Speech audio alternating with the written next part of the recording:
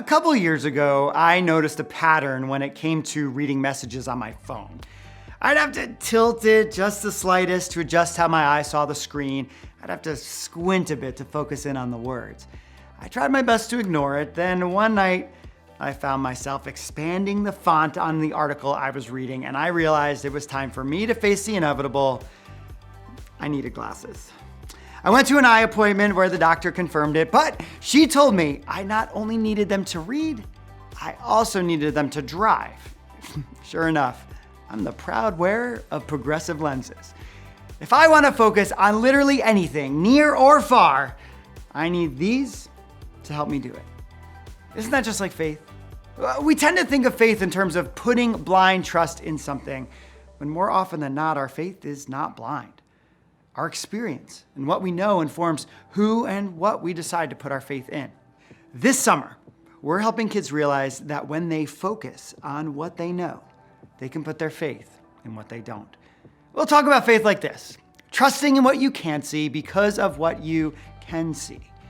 Throughout June and July, we'll finish up our journey through God's one big story as we see how key leaders in the early church learned what it meant to have faith in Jesus as the message of Jesus started spreading throughout the world. Before we hear more about their stories though, we kick off week 1 in the book of Hebrews, where the author takes an entire chapter to remember the faith of God's people. People like Abraham, Moses, and David looked forward in faith, believing that God would send a savior. Now, we look back in faith and can put our faith in Jesus because of what we know about the people who experienced his resurrection.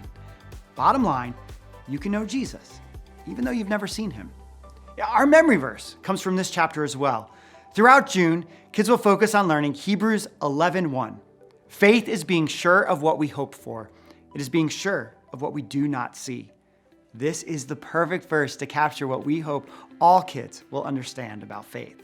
And now let's check out the rest of the month. In week 2, we'll see what happened when Jesus appeared to Paul, who's also known as Saul, on the road to Damascus. Paul was on his way to do one thing when Jesus completely changed his plans, not only for that trip, but for the rest of his life. And the same can be true for us.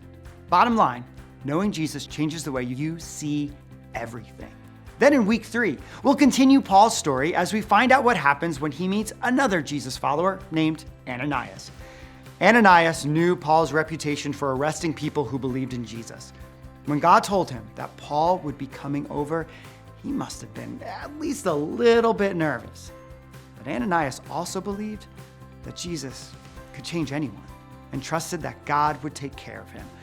Bottom line, knowing Jesus can help you face your fears.